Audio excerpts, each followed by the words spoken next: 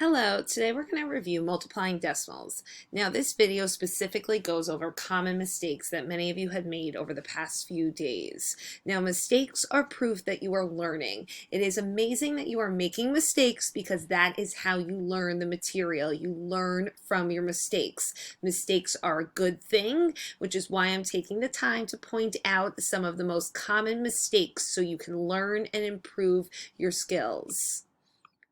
Now, in this first problem, we have 2 times 4/10. Now, many of you actually put 8, and I understand where you got 8 from because 2 times 4 is 8. But notice here in this problem, we have tenths, and we're finding the shaded region. So if I was to count the shaded region, I have 1/10, 2/10, 3/10, 4/10, 5/10, 6/10, 7/10, 8/10. So as you can see here, the correct answer is 8/10. Here, the answer was just 8. However, we don't have 8 wholes here. We have a piece of a whole. We have 8/10. So make sure when you're writing your answer, you're including your decimal point in the correct location. And many of you might have done 2 times 4, and you're like, okay, now I have 8, but 8's not my answer. Notice I have a decimal point in my question. Therefore, I need a decimal point in my answer. This next problem, it looks like we have a little computation error. There's a few different ways you could do this. The first part, you can simply count the shaded region here, which as you can see, we have a lot shaded here. We have 4 holes and each hole has 83 hundredths shaded in. So yes, your answer is going to be greater than 1. In fact, it's going to be much greater than 1.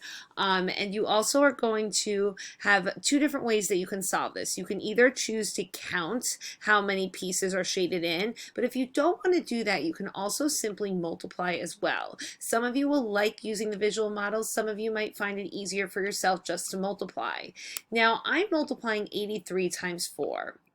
By doing 83 times 4, I did something first.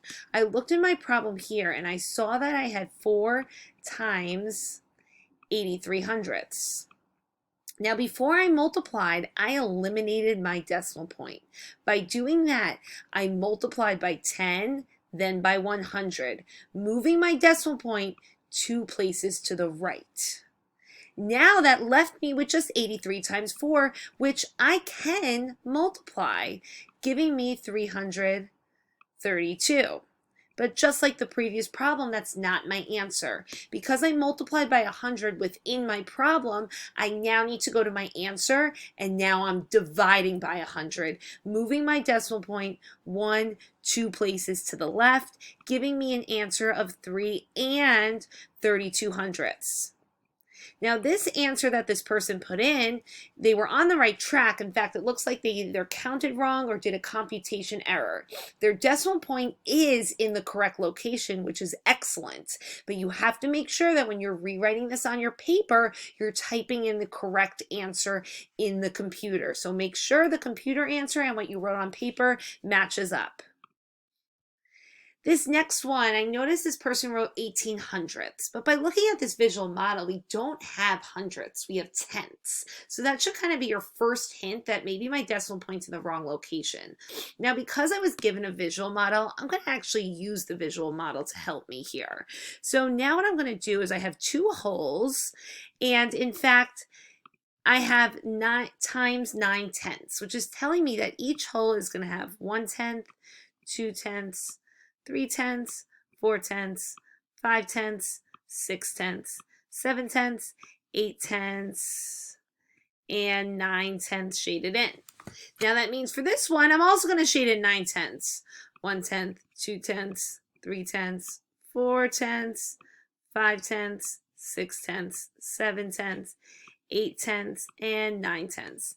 Now, if I count the shaded region here, I notice I have 1/10, 2/10, 3/10, 4/10, 5/10, 6/10, 7/10, 8/10, 9/10, 10/10, which is I know is the same as 1. And now I'm going to go back to counting by tenths.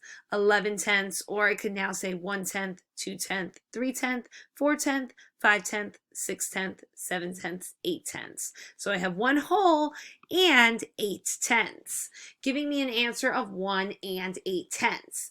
Now you could have used that visual model to help you. I like using a visual model, especially when it's given to me. I might as well use it to help me.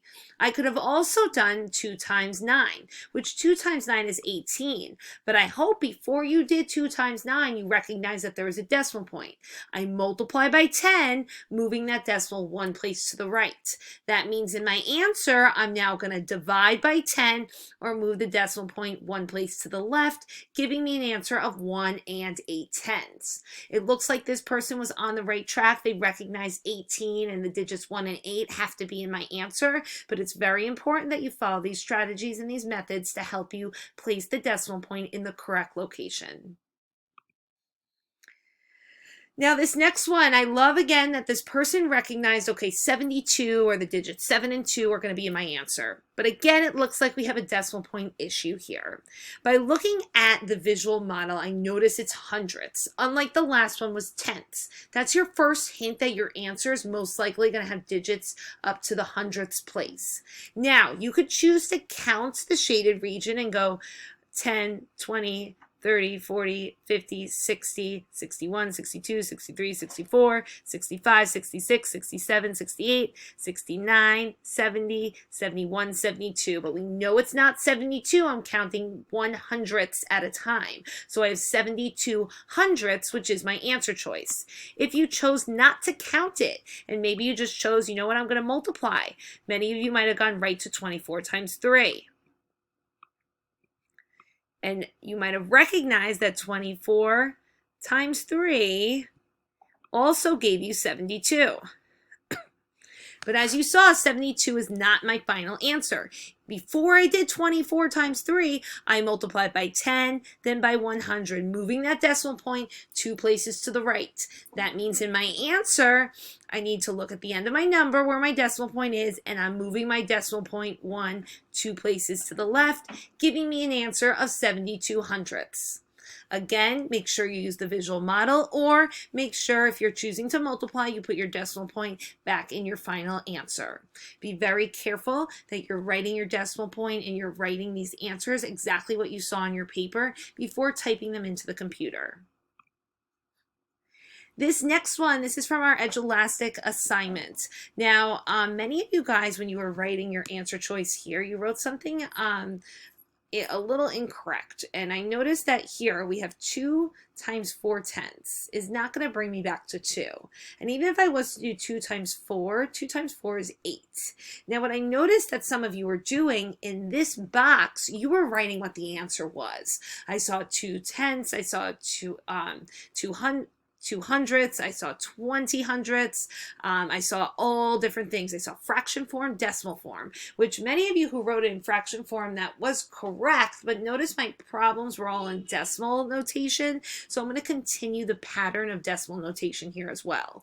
So when I'm looking here, they don't want the answer because they gave us the answer here. So this shaded region here is your answer. But I noticed they gave us 4/10, which if we see what's in blue, we have 1/10, 2/10, 3/10, 4/10. So my blue, the shaded region here that was in blue, that's 4/10.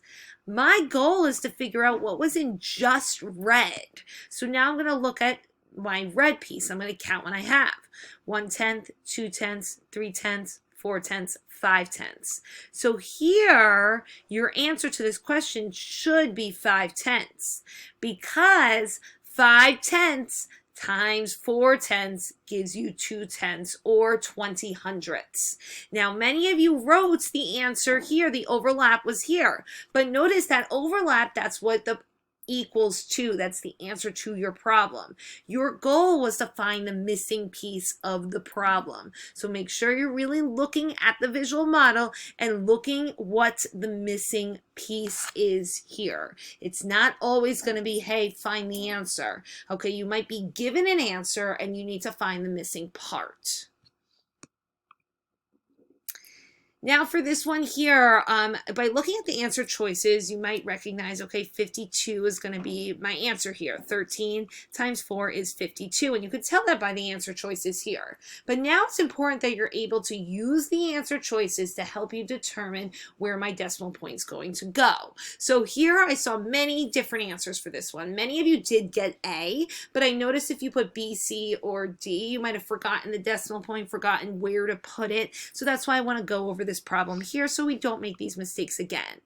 Now I see 13 hundredths. I'm going to first multiply by 10, then by 100. So that's moving my decimal point 2 places to the right. But I also see 4 tenths.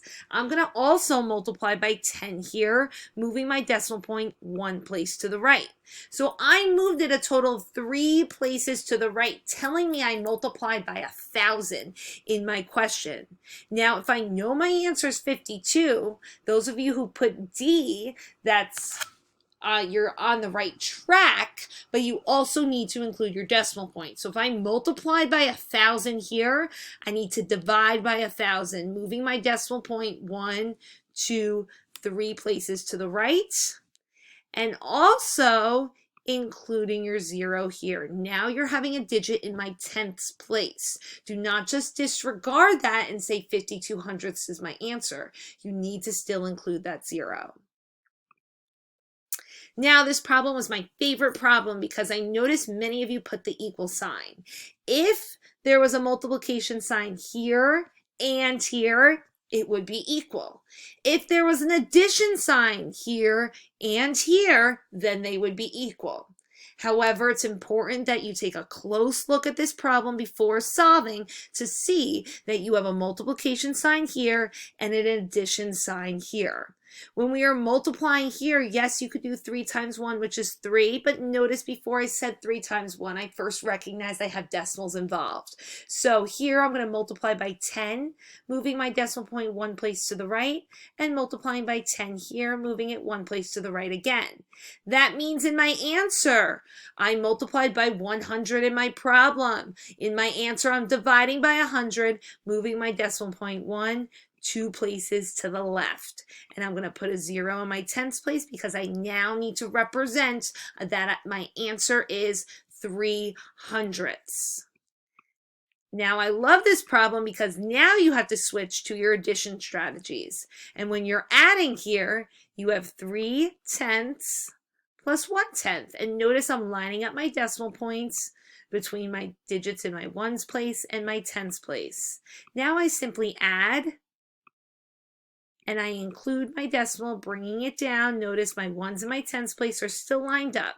So now here I have 4 tenths and 3 hundredths. So 3 hundredths is less than 4 tenths. Make sure you're reading the problem before solving it. Okay, this addition steps we have previously done, but it's important that you're able to recall that and switch now from multiplying to addition. So make sure you're reading the problem clearly before you solve.